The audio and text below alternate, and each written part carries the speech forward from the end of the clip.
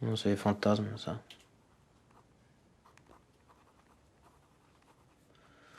Non, en réalité, je pense que je suis fatigué.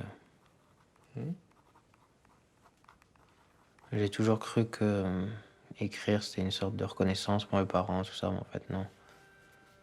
Aujourd'hui, quand j'écris, je fais pour moi. Comment j'ai eu l'idée du film? En fait, moi, au moment où j'ai commencé à faire le film, en gros, j'avais décidé d'arrêter de faire des films.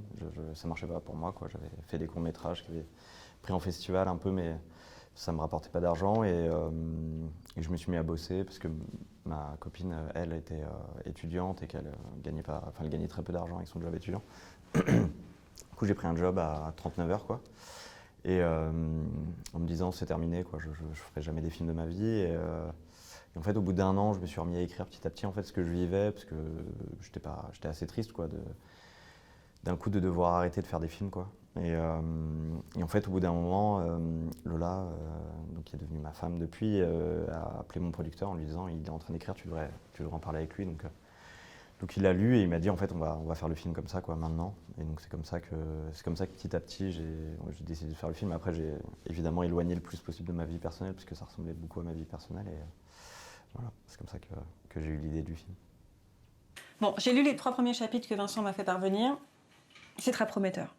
J'ai lu votre nouvelle aussi, mais il me semble que ce que vous tenez là, ça vise une ampleur autre. C'est-à-dire que la nouvelle est bien, mais là c'est plus enlevé, c'est plus tranchant, et puis ça s'inscrit dans notre ligne éditoriale. Si j'ai choisi la littérature, c'est parce qu'en fait je voulais parler du cinéma évidemment immédiatement et qu'en fait le geste de création pur, mais que ce soit pas que artistique, quoi. Ça pouvait être boulanger ou tourneur-fraiseur. Enfin, je voulais qu'on puisse adapter vraiment le geste créatif ou la volonté à n'importe quelle personne. Et en fait, la littérature permettait ce truc-là, c'est-à-dire on écrit, on le donne à l'éditeur et voilà, c'est mis en vente, ça existe. Le cinéma, ça passe par beaucoup d'étapes, et donc je voulais que ce soit plus immédiat pour le spectateur, quoi. Je voulais que le spectateur il puisse se rendre compte tout de suite de, euh, du geste en fait qu'on fait et qui nous rapporte quelque chose à travers le travail, quoi. Ça va? Oui, oui, c'est toi qui as fait le virement aujourd'hui?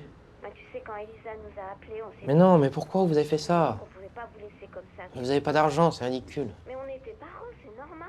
Mais moi, je me débrouille et prenez soin de vous, c'est le plus Bon, important. l'Abidi, tu dois accepter qu'on t'aide parfois.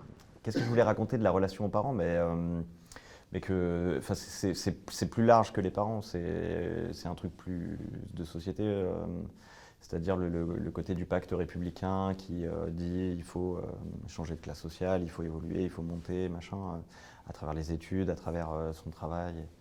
Et moi, j'étais pas. C'était plus compliqué que ça, quoi, je crois. Et le truc, c'est évidemment, on a envie de rendre nos parents très fiers et on a tous envie qu'ils soient contents de ce qu'on fait et on se dise qu'ils ne sont pas battus, qu'ils n'ont pas fait tout ce qu'ils ont fait de leur vie pour nous et que ça n'a pas marché. Donc évidemment, il y a un fort sentiment de culpabilité quand on n'arrive pas à répondre à leurs attentes. Et c'était surtout aussi de me dire qu'en fait, ils n'ont pas vraiment d'attentes, nos parents. C'est nous qui nous racontons ça, c'est quelque chose qu'on nous raconte depuis qu'on est enfant, disons, c'est un fantasme, quoi. Les parents, eux, ils veulent qu'on soit heureux, quoi. Enfin, ils n'ont pas vraiment d'autres envies que ça. Ils ont envie qu'on soit heureux, qu'on soit fier de ce qu'on fait. Et ça s'arrête là. Et moi, j'ai mis du temps à comprendre ça, quoi. Et le personnage, lui, met du temps à comprendre ça. C'est-à-dire à leur rendre voilà, cette compréhension qui les lie, quoi, entre guillemets, quoi. Ma mère est tunisienne. Oui. Cela ne se voit pas sur moi. Mon nom est mon seul lien avec mes origines. Bonjour, est-ce que je vous sers? Ma mère a tout fait pour gommer les traits du fils d'immigré. Éviter les problèmes de son époque. Bah, l'Abidi, c'est un transfuge de classe parce qu'il vient d'une classe modeste et qui fréquente et qui maintenant il est assimilé à une classe, disons, bourgeoise. Donc c'est évidemment le chemin supérieur, quoi. Enfin, l'évolution, disons, sociale. Euh, c'est compliqué d'être transfuge de classe, c'est quelque chose qui est très commun, voilà, c'est un peu l'histoire du monde, quoi. Balzac en parlait, tous ces personnages sont comme ça. Gérard Arnault, dans ses romans aussi, parlait beaucoup de ça. Aujourd'hui, il y a Nicolas Mathieu, c'est quelque chose qui est assez repris, mais en fait, moi, je me suis aperçu surtout qu'en fait, quand par exemple, on vient d'une classe moyenne inférieure ou prolétaire et qu'on on se retrouve à être bourgeois ou à fréquenter des sphères bourgeoises, en fait, très vite, l'assimilation des codes innés, en fait, elle est impossible. C'est-à-dire, on peut pas. Il y a des codes qu'on peut comprendre, qu'on peut assimiler, mais qu'on ne peut pas ressortir tel quel. Et ça, c'est assez violent. Et qu'en fait, à ce moment-là, surtout, il ne faut pas avoir honte d'où on vient. Et en fait, il y a quand même un chemin qui dit, quand on va vers les bourgeois, on a quand même toujours un peu honte de se dire, ah, mais non, il ne faut pas que je raconte que mes parents font ça, ou que moi je viens de là, ou machin. Qu'en fait, à partir du moment où on arrête d'avoir honte, c'est-à-dire où on accepte totalement la classe dont on vient, dont sont issus nos parents, dont on est issu, il y a une forme de rejet qui se fait de la classe dans laquelle on est arrivé ou à laquelle on appartient, et qu'en fait, à ce moment-là, ça fait de nous un transfuge de classe, parce que ça devient une classe à part entière, quoi. 1843.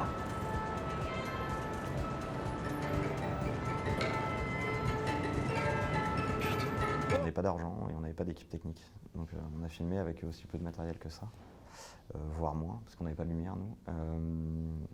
On avait l'économie d'un court-métrage et une petite Blackmagic, on était 5 dans l'équipe technique, donc ça c'était une bonne contrainte.